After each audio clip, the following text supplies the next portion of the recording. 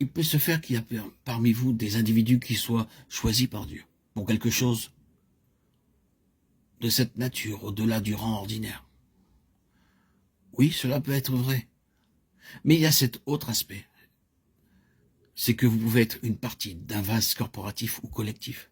Seulement une partie de cet ensemble. Et si vous l'êtes, je pense que j'irai plus loin en disant, et vous l'êtes, si le Seigneur a posé sa main sur vous et mis en vous le sens de cette destinée, d'avoir été appelé à quelque chose de plus que juste. Être un chrétien, ce sentiment très fort d'un appel. Si donc cela est en vous, vous pouvez considérer que vous êtes en rapport avec un grand dessein. Si cela est vrai, vous ne devez pas seulement vous regarder vous-même comme un simple individu avec vos propres expériences spirituelles, comme si vous étiez une personne seule ou comme si vous étiez quelque chose de très spécial.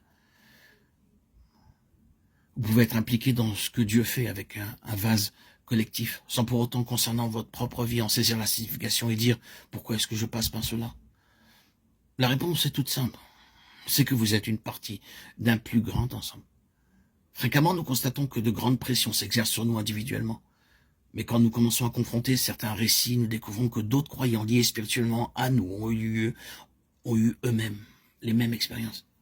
C'est la grande loi du corps. Et si un membre souffre, tous les membres souffrent avec lui. 1 Corinthiens 12, 26.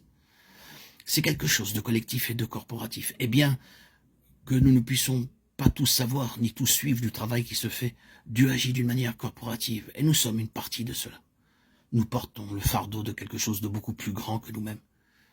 Cette relation spirituelle nous entraîne dans ce grand dessein de Dieu qui doit tenir compte du céleste et qui est beaucoup plus grand que cette terre.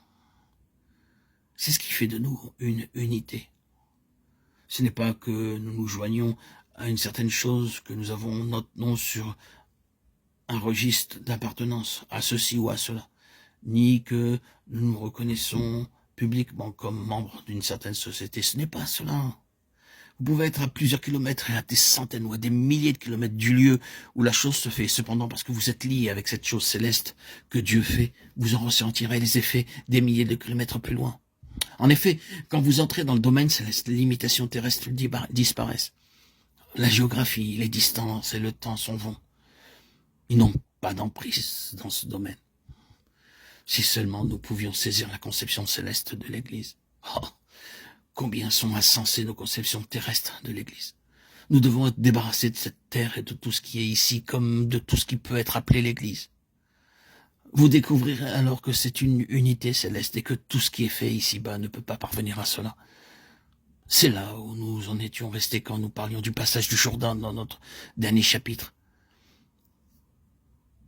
Livre de Josué 3 et 4.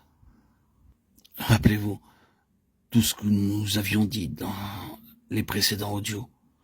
Dans ce Jourdain, quelque chose a été laissé derrière. Le peuple se déplaçait du domaine terrestre vers le céleste. Je reviendrai un peu plus tard encore sur cette situation. Mais cela doit être une réalité spirituelle, une prise de conscience dans laquelle nous entrons. Nous ne pouvons pas toujours expliquer et comprendre pourquoi nous pouvons être dans un temps aussi mauvais. Mais l'explication céleste, c'est que nous sommes impliqués dans une chose qui est en relation avec le plus plein dessein de Dieu et que nous souffrirons ou que nous passerons par cette expérience de manière corporative. C'est merveilleux. Quand de temps à autre, nous rencontrons d'autres croyants avec lesquels nous expérimentons la communion spirituelle et que nous constatons qu'ils sont passés exactement par la même chose que nous avons vécue. Sublime et merveilleux. Le Seigneur leur a dit quelque chose et a fait quelque chose avec eux qui n'est pas ordinaire ni habituel, mais qui est céleste.